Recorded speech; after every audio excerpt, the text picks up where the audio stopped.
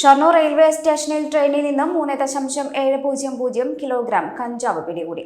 ഉച്ചയ്ക്ക് 12:30 എത്തിയ തിരുവനന്തപുരം ശ്രീഗംഗാനഗർ ട്രെയിനിൽ ജനറൽ കോച്ചിൽ നിന്നാണ് കഞ്ചാവ് പിടികൂടിയത്.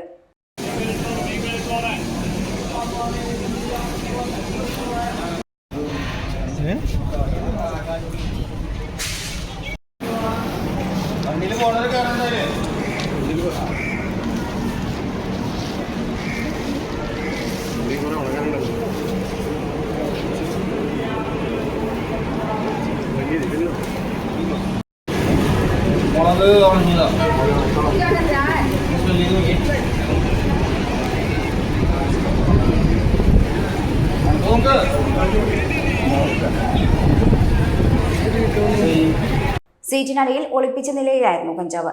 2 ബാഗുകളിലായി സൂക്ഷിച്ചിരുന്ന കഞ്ചാവ് പോലീസ് പരിശോധനയിൽ കണ്ടെത്തുകയായിരുന്നു.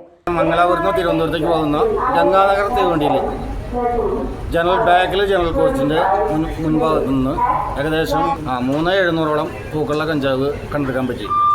വരും ദിവസങ്ങളിലും കൂടുതൽ പരിശോധന ഉണ്ടാകുന്നതാണ്. Railway SI Anil Mathew, SI CV Haridas, Gokuldas, Shyam, special branch ASI Suresh, SCPO Sasinarayanan, Anoop എന്നിവരുടെ നേതൃത്വത്തിലായിരുന്നു പരിശോധന. .വ്യൂ ന്യൂസ്, കാഴ്ചകളാണ് ലോകം, കണ്ടു തുടങ്ങുക.